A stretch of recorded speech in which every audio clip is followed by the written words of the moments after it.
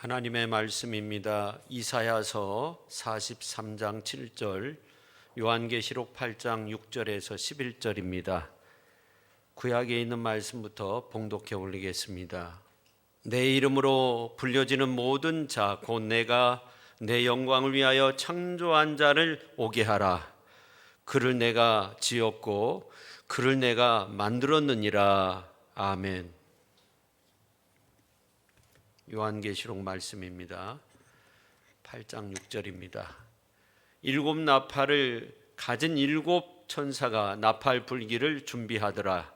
첫째 천사가 나팔을 부니 피 섞인 우박과 불이 나와서 땅에 쏟아짐에 땅의 3분의 1이 다 버리고 수목의 3분의 1도 다 버리고 각종 푸른 풀도 다 버렸더라. 둘째 천사가 나팔을 부니 불붙는 큰 산과 같은 것이 바다에 던져짐에 바다의 3분의 1이 피가 되고 바다 가운데 생명 가진 피조물들의 3분의 1이 죽고 배들의 3분의 1이 깨지더라. 셋째 천사가 나팔을 부니 횃불같이 타는 큰 별이 하늘에서 떨어져 강들의 3분의 1과 여러 물샘에 떨어지니 이 별 이름은 쓴쑥이라.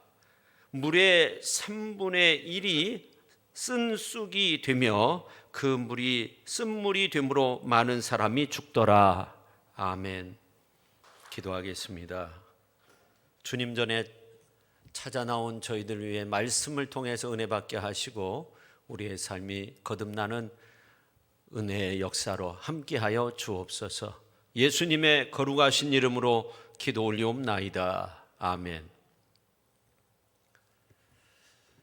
여러분, 지난 주일은 성령 강림 주일이었습니다. 근데 환경 주일이기도 했거든요.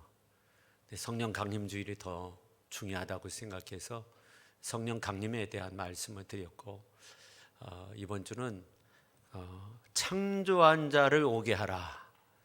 이 환경의 중요성에 대해서 말씀을 나누고자 합니다.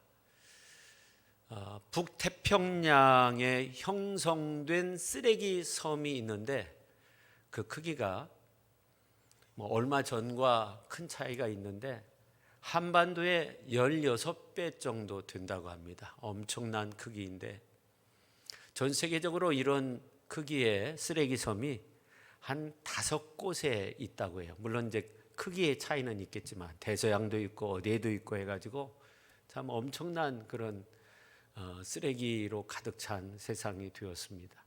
이러한 가운데 우리가 우리의 마음을 좀 새롭게 해야 되지 않나 그런 생각을 하게 됩니다.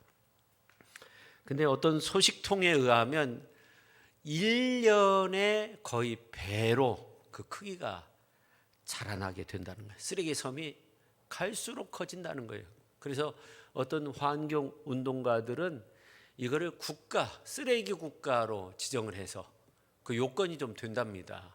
그래서 그 쓰레기를 좀 관리하자 그렇게 주장하는 사람들도 있습니다. 여러분, 쓰레기가 참 많은 세상에서 우리가 살고 있는데 비닐 같은 경우는 자연 분해하는 데는 한 500년이 걸린다고 해요. 그래서 이 비닐, 플라스틱 이러한 것들은 우리가 꼭 재활용해서 사용을 해야 합니다. 일회용이 아니라는 거예요, 사실은. 왜냐하면 그게 썩지 않으니까, 분해되지 않으니까 우리가 그것을 씻어서 다시금 쓸 수 있어야 됩니다. 동물의 뱃속에서 비닐이 나오고 분해된 그러한 비닐이 이제 동물 속으로 그렇게 들어가고 반복되고 있는 거죠. 과거에 사람은 자연 보호, 자연은 사람 보호했는데 요즘은 자연이 사람을 보호해 주지 않습니다. 시간이 넘어간 거죠. 어떻게 보면 자연이 인간을 역습해 오는 그러한 시대 속에서 우리가 살고 있습니다. 누군가 이 자연 파괴 현상을 유리 안에 이제 가두어진 새의 모습 같다는 거예요. 새가 유리가 있는 줄 모르고 이렇게 날려다가 부딪히게 되잖아요. 다시 한번 또 날려다가 부딪히고 이제 힘을 다해서 마지막이다, 최대한 세게 한번 날아보자. 그렇지만 유리에 부딪혀서 쓰러지게 된다는 거예요. 현재 우리 자연은 몸살을 앓고 있을 뿐만 아니라 이제는 날 수 없게 되었습니다. 자연이 그러니까 이 지구촌도 날 수 없는 그런 시대가 가까이 다가오고 있습니다. 섬마다 해수욕장마다 쓰레기가 가득하고 수많은 동물들이 비닐로 인해서 소화가 되지 않고 죽어가고 있습니다. 그래서 해마다 전 세계적으로 6월 5일을 환경의 날로 정하고 환경주의를 또 지키고 있습니다. 인류학자들은 인간이 불을 사용하는 방법을 익힘으로써 문화 생활을 하게 되었다고 그렇게 주장을 합니다. 그 이후로 이제 불, 그 다음에 태양열, 그 다음에 석탄, 석유, 전기, 가스, 원자력, 제7의 에너지가 원자력이다 그렇게 주장을 하고, 그러면 이제 제8 에너지는 어떤 식의 에너지가 되어야 하냐면 자원의 유한성 그리고 공해, 이러한 것들을 극복할 수 있어야 된다는 거예요. 그래야만이 제8의 에너지로 그것을 사용할 수 있다는 거예요. 그래서 많은 사람들이 그게 수소라고 그렇게 주장을 해서 우리나라가 수소 강국이 되었죠. 사실 요즘 환경 오염으로 지구가 정말 몸살을 앓고 있는데, 먹거리를 생산하는 물이 오염되니까 토양도 오염되고 공기가 오염되고 모든 식물들이 위협받고 있는 이러한 세상 속에서 우리가 살고 있습니다. 무서운 질병들이 많이 생겨나고 있죠. 코로나 바이러스로 인해서 우리가 얼마나 많은 사람들이 죽어가는 모습들을 보았습니까? 그런데도 아직도 종식되지 않았고, 또한 요즘은 이제 원숭이 두창 바이러스로 인해서 전 세계적으로 그 피해가 심각합니다. 동물의 세계 안에서도 이러한 현상들이 나타나고 있는데, 아프리카 돼지 열병에 걸리면 돼지가 100% 죽게 된다고 하죠.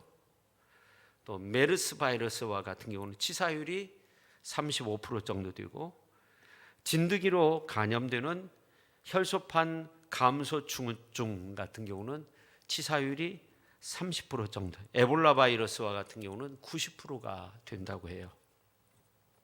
눈에 보이지 않지만 인체에 치명적인 바이러스가 참 많이 있습니다.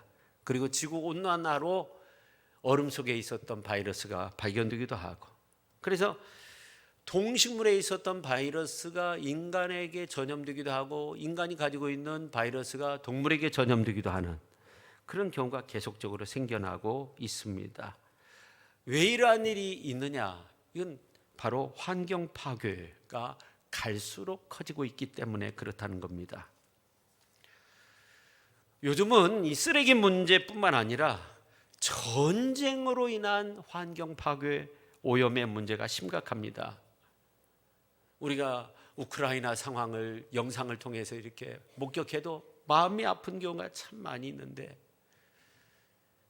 만약 이 전주에 미사일이 몇 방 터졌다 하면 아마 모든 유리창이 다 나갈 겁니다. 제가 군대에 있을 때 수류탄을 투척하는 그러한 훈련을 받은 적이 있어요. 직접 투척한 것은 아니고 이제 투척하는 사람이 다 따로 있죠. 경사진 곳에서 훈련을 하는데, 경사진 곳 저 밑에 수류탄이 떨어져서 폭파가 되는데, 이제 반대편 참호 속에서 있는데도 귀가 막 짜랑짜랑 울려요. 정말로. 만약 밀폐된 공간에 수류탄이 하나 터졌다 하면 아마 고막이 다 터질 거예요. 웬만한 포탄이 내 옆에서 터지면 귀를 막고 있지 않으면 다 터지는 거죠. 우크라이나 어느 도시가 러시아의 공격에 의해서 90%가 파괴되었다. 이거는 러시아가 점령을 해도 그곳은 살 수 없는 공간이 되는 거죠. 만약 전쟁으로 인해서 원자력 발전소가 터졌다 하면 반경 수십 킬로 정도는 그곳에서 사람이 살 수 없는 그러한 공간이 되는 겁니다. 그렇지 않아도 환경 파괴로 지구가 몸살을 앓고 있는데 전쟁으로 엄청난 환경 파괴가 자행되고 있습니다. 세계 식량 곡간이 무너져 내리고 있습니다. 정말로 이러한 피해가 상상을 초월합니다. 이러한 모든 것들은 인간의 잘못된 생각, 욕심 때문에, 죄 때문에 만들어진 결과이죠. 그럼 이러한 어려움은 우리가 어떻게 극복하느냐? 저는 먼저 우리가 하나님 앞에 기도해야 된다고 생각합니다. 예수의 이름으로 질병도 이기시고 예수의 이름으로 환경 재앙의 요소들이 사라지게 해달라고, 전쟁의 공포도 이 땅 안에서 물리쳐달라고 우리가 하나님 앞에 기도할 수 있어야 하는 겁니다. 힘으로, 능력으로 할 수 있는 것이 아닙니다. 하나님이 이 나라를 지키시고 이 땅을 지키시고 이 백성들을, 우리 자신을 하나님께서 지켜주셔야 하는 거죠. 예수님의 이름으로 우리의 욕심과 죄된 모습들이 다 사라지고 주 예수의 이름으로 승리하는 우리 귀한 믿음의 성도님들, 또 이 나라 이 백성들이 다 될 수 있기를 예수님의 이름으로 축원합니다. 시편 34편 17절에 있는 말씀을 보니까 의인이 부르짖음에 여호와께서 들으시고 그들의 모든 환난에서 건지셨다고 그렇게 말씀하고 있어요. 하나님 앞에 부르짖어 기도하니까 하나님께서 그 모든 환난에서 건져주셨다고 그렇게 말씀하고 있습니다. 욥기서 5장 19절에 보니까 6가지 환난에서 너를 구원하시며 7가지 환난이라도, 7가지라고 하는 것은 엄청난 환난을 말합니다. 그 재앙이 너에게 미치지 않게 하신다는 것. 하나님 앞에 기도하는 자에게 하나님께서 은혜를 베풀어 주신다는 겁니다. 그런 백성들이 많은 그 나라를 하나님께서 보호해 주신다는 겁니다. 시편 32편 7절에 보니까 주는 나의 은신처이오니 환난에서 나를 보호하시고 구원의 노래로 나를 두르시리이다, 그렇게 말씀하고 있습니다. 이렇게 성경 곳곳에 보면 환난과 고난과 역경 가운데서 주 예수님이 우리를 보호하시고 지켜주신다고, 환경의 재난과 전쟁의 공포와 질병의 위험으로부터 주님이 우리를 생명싸개로 싸주셔서 우리를 보호해 주신다는 그러한 말씀들이 너무나도 많이 나와 있습니다. 그래서 우리가 하나님 앞에 먼저 기도하는 것이 중요합니다. 여러분, 아담과 하와가 범죄함으로 이루어진 일 가운데 하나가 아름답고 살기 좋은 그 에덴 동산이 파괴된 거 아닙니까?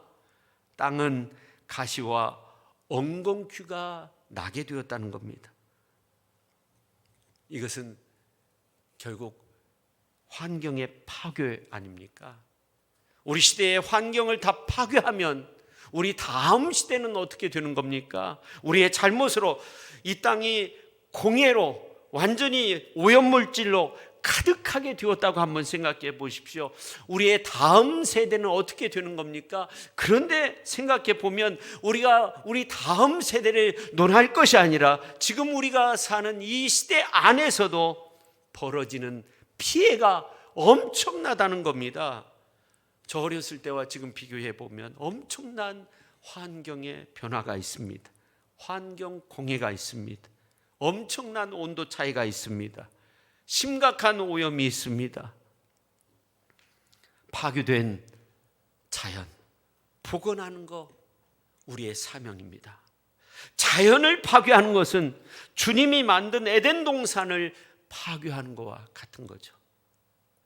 내가 아닌 다른 사람에게, 우리 세대가 아닌 다음 세대에게, 누군가에게 엄청난 피해를 줄 수 있다는 것을 우리가 알아야 합니다.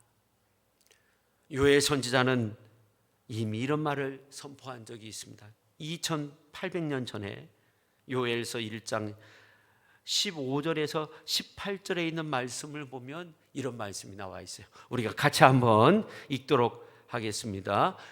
자, 15절 슬프다 그 날이여 여호와의 날이 가까웠나니 곧 멸망같이 전능자에게로부터 이르리로다. 씨가 흙덩이 아래에서 썩어졌고 창고가 비었고 곡간이 무너졌으니 이는 곡식이 시들었음이로다. 가축이 울부짖고 소떼가 소란하니 이는 꼴이 없음이라. 양떼도 피곤하도다. 여러분 한번 생각해 보세요. 이 씨앗이 흙 속에서 썩어서 거기서 싹이 나야 되는데 그냥 골아버린 거예요. 완전히 썩었다는 그런 말입니다. 씨앗을 뿌려도 거기에서 곡식이 나지 않아요. 창고가 비었어요. 식량난으로 고통 속에 있어요. 곡간이 무너졌어요. 가축이 울부짖어요. 소떼가 요란해요. 꼴이 없다는 거예요. 여러분, 이러한 현상들이 우리 시대 속에서 나타나고 있어요. 우리 대한민국은 정말 살기 좋은 나라입니다. 전 세계적으로 보면 정말로 그 피해가 심각합니다. 오늘 이제 본문 말씀이 기록된 요한계시록은 사도 요한이 반모섬에서 유배 생활하다가 이제 하나님의 계시를 보게 돼요. 그것을 기록한 말씀이에요. 오늘 이제 읽은 말씀을 보면 이제 그 재앙에 관한 그런 말씀이죠. 말세가 되면 하나님께서 그 재앙의 모습들을 이제 그 많은 사람들이 경험하게 되는 이러한 어떤 내용들을 기록해 놓고 있는데, 특별히 이제 6장부터 19장까지의 내용들이 전부 그런 내용입니다. 그 중에 이제 8장의 내용을 우리가 읽었는데, 근데 참 놀라운 것은 이 요한계시록에 나오는 사건들과 예수님께서 종말에 대한 예언의 말씀을 했는데 이 복음서에 보면 그 내용들이 다 기록되어 있어요. 비교해 보면 큰 차이가 없어요. 거의 일치해요. 근데 요한계시록에 보면 환경 파괴가 피조 세계에 엄청난 타격을 주게 된다는 겁니다. 그래서 오늘 이제 11절 요한계시록 8장 11절 하반절에 보면 결국 그 환경 파괴로 인해서 사람을 죽게 만드는 그런 현상들이 나타나게 된다는 것입니다. 이것이 시간적으로 보면 과거의 문제가 현재 우리에게 와 닿게 되었고 우리의 현재 문제가 내일의 문제, 미래의 문제로 치닫게 되는데 내일에 가서는 걷잡을 수 없게 커지게 된다는 거죠. 생명의 위기로 치닫게 된다는 것입니다. 우리가 비닐, 스티로폼 쓴 지 얼마나 되었습니까? 그렇게 오래되지 않았습니다. 그러나 그러한 물질로 인해서 얼마나 큰 피해가 있습니까? 피조세계가 아파하고 있습니다. 인간이 편안하게 살기 위해서 자연을 파괴하고 그래서 자연이 병들어 있었습니다. 수세기 동안 자연을 우리의 희생의 제물로 그렇게 삼았습니다. 자연을 정복하면 편안하고 안전하게 그렇게 살 줄 알았는데 실제적으로 그러한 많은 것들을 누리고 있는데 어떤 때는 그 자연이 엄청난 파괴력을 가지고 우리에게 큰 피해를 주기도 합니다. 하루에 수만 명이 죽기도 하는 그런 엄청난 일들이 일어나고 있습니다. 이제 우리가 어떻게 해야 되겠는가? 자연 환경 재앙이 자꾸만 가까이 우리에게 다가오고 있는데 우리가 어떻게 해야 되는가? 자연과 더불어 살 수 있어야 되죠. 함부로 자연을 파괴해서는 안 됩니다. 자연을 오염시키는 행위는 결국 누군가에게 큰 피해를 주기 때문에 어떤 생명을 죽일 수 있기 때문에 그것은 죄가 된다는 것을 우리가 알아야 하는 겁니다. 여러분, 요즘 나오는 영화 가운데 좀 심각한 영화들이 있잖아요. 재밌는 거 말고 막 꾸며낸 영화 말고 무슨 괴물이 나타나기도 하고. 근데 결국 오염으로 인해서, 오염물질로 인해서 그런 일들이 나타나고 있다고 영화에서 그렇게 우리에게 경고하고 있는데 그런 일들이 실제적으로 우리의 삶 속에서도 발견되고 있어요. 시국으로 따지면 비상시국인 거죠. 한때 저온 현상이 나타나기도 했어요. 그래서 왜 그런가 연구해 보니까 북극, 남극 온도가 높아지니까 찬 기운이 밑으로 내려와 가지고 그래서 이제 적도 지역으로 내려오니까 저온 현상이 일어났다. 그러나 지금은 그런 것이 다 그런 차원은 끝났고 이제 이미 남극, 북극은 상당히 온도가 높아져 있어요. 그래서 지구 전체가 뜨거워지는 그러한 시점에 있습니다. 이러한 가운데 사람들의 심성이 어떻게 됩니까? 자꾸만 악해져 가고 있어요. 여러분, 미국에서 일어나고 있는 총기 난사 사건, 지난번에 저희 큰형이 미국에서 목회하는데 왔어요. 그래서 그런 일을 물어보니까 굉장히 많이 일어나고 있다는 거예요. 푸틴이 명분 없는 전쟁을 계속하고 있습니다. 계속적으로 대포를 쏘아대고 있어요. 우크라이나를 향해서 미사일을 쏘아대고 있어요. 지난주에 500년이 넘는 정교회 건물이 소실됐어요. 러시아의 41%가 정교회 교인이라고 해요. 어떻게 보면 크리스찬인 거예요. 크리스찬. 근데 그 우크라이나의 세계 3대 성지로 불리는 정교회 건물 500년이 지난 건물 거기에 대포를 쐈어요. 불타버렸어요. 사람들의 마음이 악해져 가고 있어요. 주님의 말씀이 맞는 것 같아요. 말세가 되면 사람들의 마음에서 사랑을 찾아보기가 힘들다는 거예요. 그래서 마태복음서 24장 12절의 말씀을 보면 불법이 성함으로 많은 사람의 사랑이 식어지리라. 그러나 끝까지 견디는 자는 구원을 얻으리라. 이 천국 복음이 모든 민족에게 증언되기 위하여 온 세상에 전파되리니 그제야 끝이 오리라. 여러분, 이 말세의 시대 사람들의 마음속에 사랑이 식어져 가고 있다는 거예요. 실제로 그런 것 같아요. 불법이 성행하니까 사람들의 마음이 악해져 가고 있어요. 강팍해져 가고 있어요. 이러한 가운데 우리 크리스찬들이 해야 할 일이 무엇입니까? 우리가 서로 사랑할 수 있어야 돼. 믿음의 사람들은 다르다 하는 것을 보여줄 수 있어야 돼. 우리가 하나님의 복음을 전하는 것도 중요한데 우리가 사랑하며 살아갈 수 있어야 됩니다. 인도에 전해오는 이야기인데 어느 산골에 한고조라는 그러한 새가, 큰 새가 살았다고 해요. 실제로 있을 법한 그런 일입니다. 근데 이 새는 이제 겨울 저녁이 되면 여기저기 막 추위에 못 견뎌서 따뜻한 곳을 찾는다는 거죠.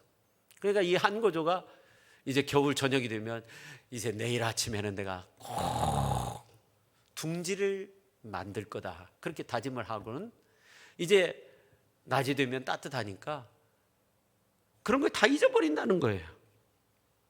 그리고 추운 밤이 되면 어디 머물 곳이 없으니까 추우니까 여기저기 막 돌아다니고, 그러다가 아침이 되면 어차피 내일을 알 수 없는 그것이 운명인 거야 그러면서 둥지를 지어서 뭐해 그런다는 거죠. 저는 이 한고조는 파괴된 지구촌에서 고통에 시달리면서도 내일을 준비하지 않은 우리의 모습이 아닌가 그런 생각을 했어요. 여러분, 미래학자로 불리는 피터 드러거는 이런 말을 한 적이 있어요. 나는 예측하지 않는다. 내일 무슨 일이 일어날지 알 수 없다. 그러면서 거시적인 안목은 필요하다고 그런 말을 했어요.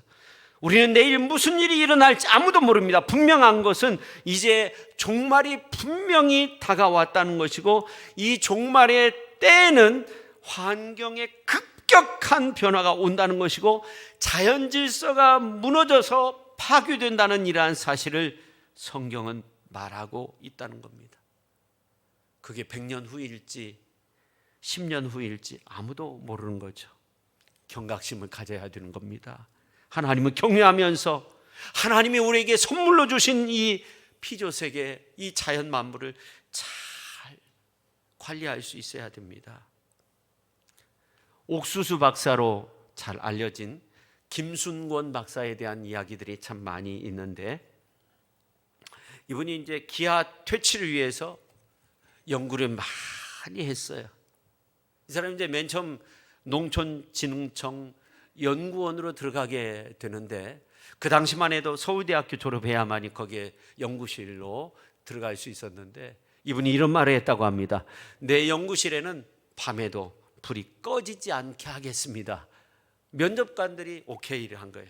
그래서 들어가서 옥수수 개량을 위해서 정말 엄청난 노력을 했고, 기하에 큰 어떤 보탬이 되는 공을 세웠는데, 이 사람이 이제 국제 열대 농업 연구소에 초청을 받아서 아프리카 나이지리아로 가가지고 거기에서 식량 해소, 정말 식량 부족한 것을 해소하기 위해서 종자를 개발하고 17년 동안 정말로 기하에 허덕이는 사람들에게, 현지인들에게 옥수수 재배법을 알려주고 종자를 개발했다고 해요.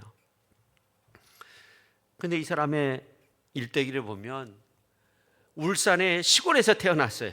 가난하게 살았어요. 공부하기를 정말 싫어했다고 해요. 고등학교 다닐 때까지 공부하기를 싫어했는데, 우연히 교회를 갔는데 하나님의 복음을 듣게 됐어요. 예수님께서 이 땅에 오셔서 우리 죄를 위해서 십자가상에서 물과 피를 다 흘려주셔서 우리를 구원해 주셨다는 그러한 하나님의 복음의 말씀을 듣고 이 사람의 생각이 완전히 바뀐 거예요.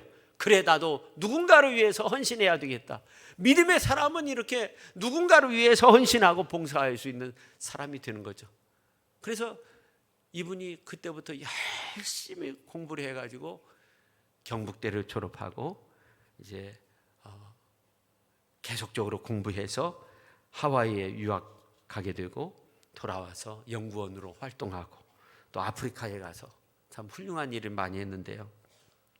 이분이 자기 삶의 모토로 여기는 말씀이 오늘 이사야서의 말씀이에요.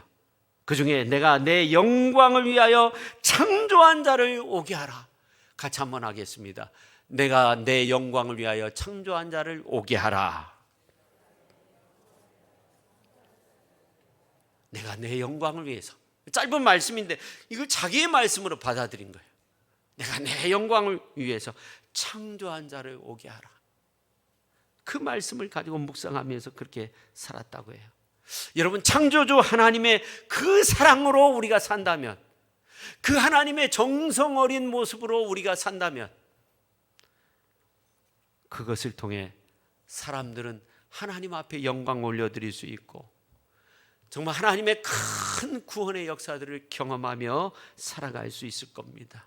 오늘 이 자리에 참여한 모든 성도님들이 창조주 하나님의 사랑과 정성으로 살아서 진정 하나님 앞에 영광 올려드릴 수 있기를 예수님의 이름으로 축원합니다.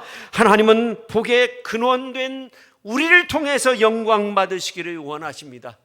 우리의 삶이 새로운 창조의 은혜 속에서 그 결실이 아주 풍족할 수 있도록 하나님은 우리의 삶을 이끄시기를 원하세요. 우리의 삶이 바꾸어지기를 원하십니다. 이 광야와 같은 인생의 길을 우리가 걷고 있지만 그 가운데서 우리가 하나님의 큰 제목과 큰 결실을 맺으며 살아가기를 원하고 계십니다. 우리 교회가 이러한 놀라운 하나님의 축복 가운데 아름답게 설 수 있기를 예수님의 이름으로 축원합니다. 우리의 삶의 모습이 우리의 삶의 근원과 그리고 생명의 소중한 삶의 역사가 성령 하나님의 은혜 속에서 아름답게 연결이 되어져서 우리의 삶 속에 정말 풍성한 하나님의 은혜를 경험하며 김중권 그 박사와 같은 그런 축복의 삶의 주인공들이 다 될 수 있기를 예수님의 이름으로 축원합니다. 내가 내 영광을 위하여 창조한 자를 오게 하라. 항상 우리는 이 말씀을 묵상하며 선포하며 그렇게 살아갔으면 좋겠습니다. 여러분의 인생이 정말 달라져서 주위의 모든 사람들이 깜짝 놀랄 만한 정말 그러한 환경의 변화가 우리의 삶 속에 나타날 수 있기를 예수님의 이름으로 축원합니다. 그러기 위해서 우리의 마음의 환경의 변화, 이것도 필요합니다. 우리의 마음을 새롭게 해야 하는 겁니다. 그래야만 이 땅도 새로워질 수 있습니다. 새로운 창조의 역사를 만들어갈 수 있습니다. 여러분들, 피조물에 고대하는 바가 무언지 아십니까? 로마서 8장 21절에 있는 말씀을 보니까 그 바라는 것은 피조물도 썩어짐의 종노릇한 데서 해방되기를 원한다는 거예요. 피조세계가 막 썩어버리고 물고기도 살 수 없고 사람도 살 수 없고 그런 세상 되는 거 원치 아니에요. 하나님께서 만드신, 창조주 하나님께서 만드신 그 오묘한 아름다운 세상, 그래서 썩어짐의 종노릇한 데서 해방돼서 하나님의 자녀의 영광의 자유에 이르는 것이라. 그래서 고린도후서 5장 17절, 그런즉 누구든지 그리스도 안에 있으면 새로운 피조물이라, 이전 것은 지나갔으니 보라 새 것이 되었다. 여러분, 오늘 우리의 삶 속에 정말 이런 하나님의 은혜가 가득할 수 있기를 바랍니다. 환경 파괴는 결국 다른 이에게 큰 피해를 주는 죄가 될 수 있다는 것, 우리가 여기서 빠져나와야 하는 겁니다.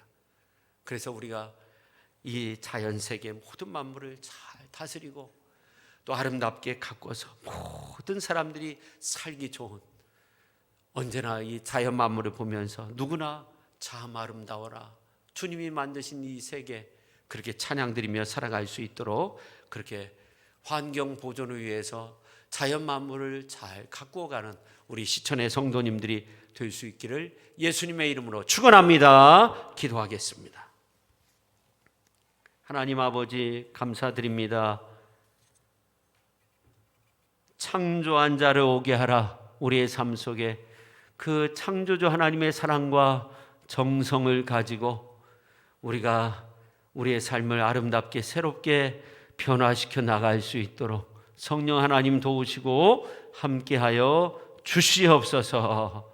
하나님 먼저 기도하게 하시고, 하나님 먼저 우리의 마음이 새로워지게 하시고, 그래서 정말 하나님 만드신 이 피조세계, 동물과 식물이 그리고 자연 모든 만물이 하나님 보시기에 아름답게 창조된 그 모습으로 다시금 돌아갈 수 있도록 우리가 끊임없이 힘쓰며 노력할 수 있는 저희들의 모습이 되게 하여 주옵소서. 주님이 세상 모든 만물을 보시고 참 좋았더라 말씀하셨는데, 오늘 우리의 모습, 이 세계를 보면서 과연 어떻게 말씀하실까 참 두렵습니다. 우리가 새로운 결단과 각오로 세상을 아름답게 만들어갈 수 있는 저희들의 모습이 되게 하여 주옵소서. 예수님의 이름으로 기도하옵나이다. 아멘.